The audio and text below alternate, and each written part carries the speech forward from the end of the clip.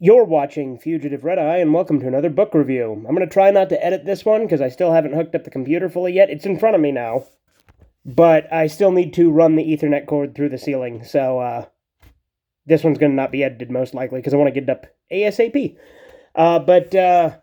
Today I listened to the audiobook of What is a Woman by Matt Walsh, which is a book I've been very much looking forward to reading, and it's the second book I've reviewed by Matt Walsh.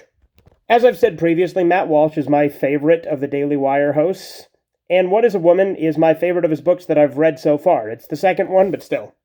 Now, as you've probably inferred from the title, What is a Woman does tackle the issue of transgenderism. He also did a documentary of the same name, which I have yet to see, but I do plan to at some point. I just don't currently have a Daily Wire subscription. But What is a Woman is essentially a book of Matt Walsh going around and asking so-called experts on gender to answer a simple question, that question being, what is a woman? Simply asking them to define the term, because, as you may find, most modern leftists cannot define the term because they try to redefine it, and they usually say some nonsense like anyone who identifies as a woman, which you can't describe a word using that same word. That's not how that works. So the book has him going to various experts, psychiatrists, surgeons, and people involved in gender treatment, quote unquote, as well as a trans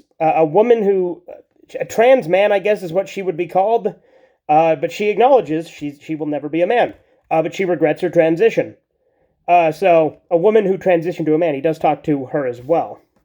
And out of the people he interviewed, she was one of the only ones who actually was, normal and gave clear and concise answers. She was just manipulated when she was younger into thinking it was normal. The book does, of course, also go over the history of the transgender movement and the gender identity concept, touching on Kinsey, as well as there was that German one whose name escapes me at the moment, even though I literally just listened to the book today, so I apologize on that. But there was Kinsey who came after that one. And then there was, of course, John Money, who has a whole chapter dedicated to him, because of course he does, because John Money was a piece of shit, who horribly abused children in really terrible ways. He also is the one who coined the idea of gender as a separate thing from sex, even though the transgender movement can't seem to make up their fucking idea as to whether or not it's different or whether sex even exists, because the movement's nonsense. As I said before, this was the first of the books of Matt Walsh that he's done that he actually narrated the audiobooks. He has done 2 other books, but they were both narrated by different people. Throughout this one, when he is interviewing people, he does kind of go under the guise of not revealing right away that he, knows that objective reality is a thing, and he does kind of humor some of the arguments to get them to answer the questions. But of course, he does always eventually let the mask slip and show them, he's not part of the hive mind and doesn't believe all that nonsense. He also interviewed that shopkeeper who had the sign, that said, if you don't have a chick, or if you have a dick, you're not a chick. You may have seen it a while ago. It was kind of viral. It also, of course, goes over horror stories of people who lost their parental rights because courts would deem that the kids were smart enough to make their own decisions and take away the rights of the parents to make informed decisions with their children. It's horrible things that happen, but it does happen.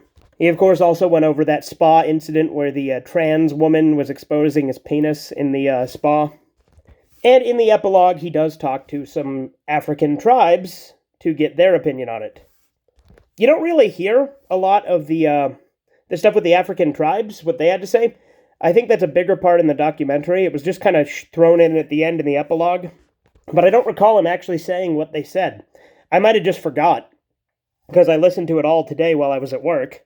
But I do also really like the cover of the book, because it has Matt Walsh, his head, and then like a dress on the body. I think it's pretty funny as a design. And overall, I do think it was better having Matt Walsh himself narrate it, because I do like to listen to Matt Walsh. Pretty much every day I listen to the Matt Walsh show.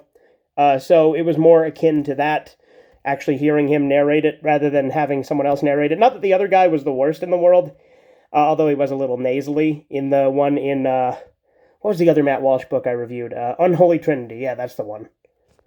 As you know, I do think that the concept of transgenderism is one of the most dangerous things in society today.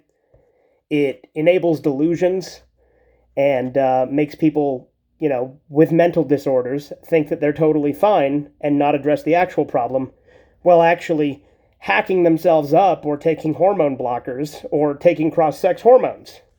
The book also goes over the horrible effects that you get from these things that a lot of the trans movement likes to pretend don't happen.